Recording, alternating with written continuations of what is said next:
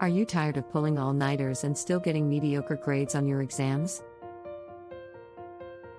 Well, I have a unique trick that will make studying easier and even fun. Hey there! My name is Jana, and today I want to share my secret to studying better for exams. And no, it's not about drinking gallons of coffee or locking yourself in a library for days.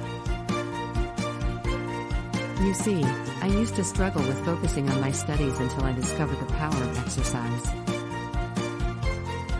Yes, you heard it right. Exercise. Now, before you roll your eyes and start doing push-ups, let me explain.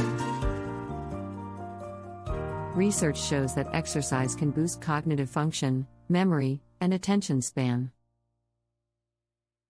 So, instead of sitting on your chair and staring at the same book for hours, why not take a quick jog or do some jumping jacks to get your blood flowing?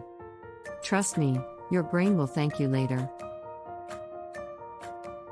And if you don't believe me, try it yourself. People who used to kept falling asleep and distracts from study after incorporating exercise into their study routine will get their best grades ever.